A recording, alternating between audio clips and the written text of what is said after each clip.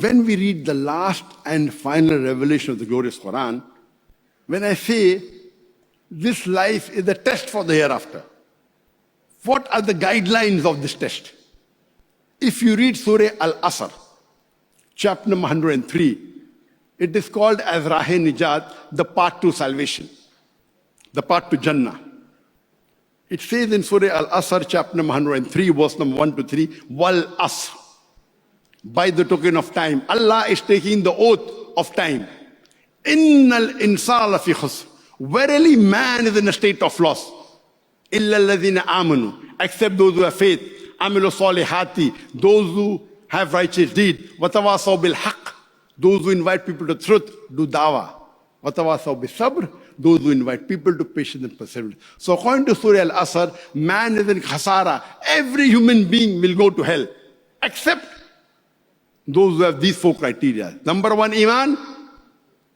Number two, amal salihat, righteous deed. Number one, faith. Number two, amal salihat, righteous deed. Number three, watawasaw bil haqq, inviting people to truth, doing dawah. Watawasaw bil sabr, inviting people to patience and perseverance.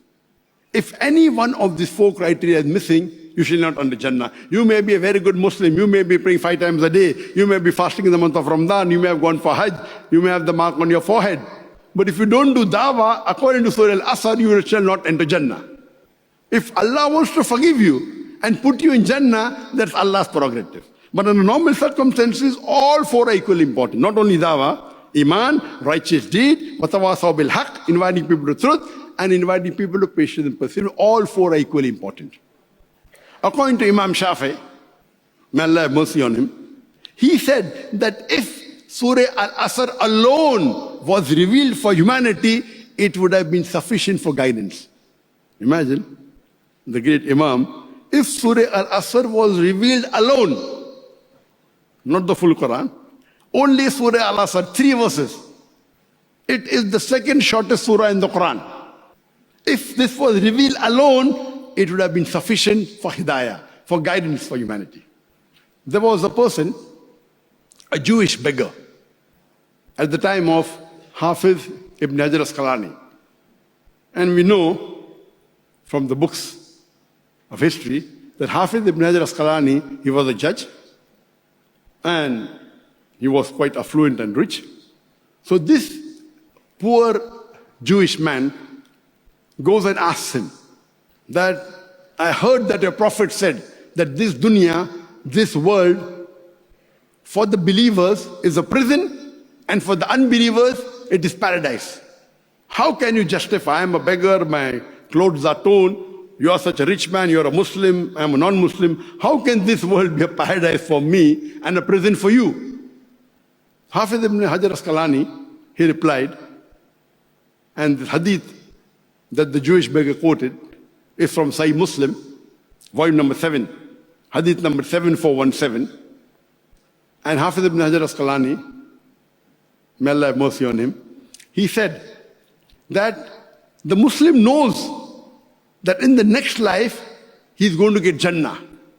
And if he knows what Jannah is, in this world, even if you're the richest man, this life is like prison compared to the next life. Even if you're the richest man, even if you're the king, if you know what is awaiting you for Jannah, this world is nothing, not even 0.0001% compared to Akhirah.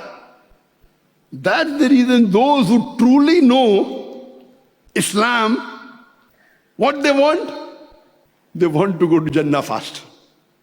They are not afraid of death. They aren't afraid of death. Why?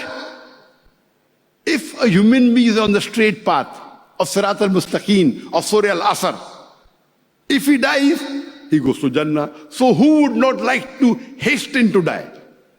You cannot kill yourself. It's haram. Suicide is haram. But of course, in the way of Allah, if you're on the haqq, you're not afraid. You aren't afraid of anyone if you're on the haqq. A true Muslim, if he's on the haqq, he's not afraid of death. Because if he dies, he goes to paradise. Even if he's the richest man in the world, even if he's 10 times richer than Bill Gates, Elon Musk, and Jeff Bezos, all, nothing.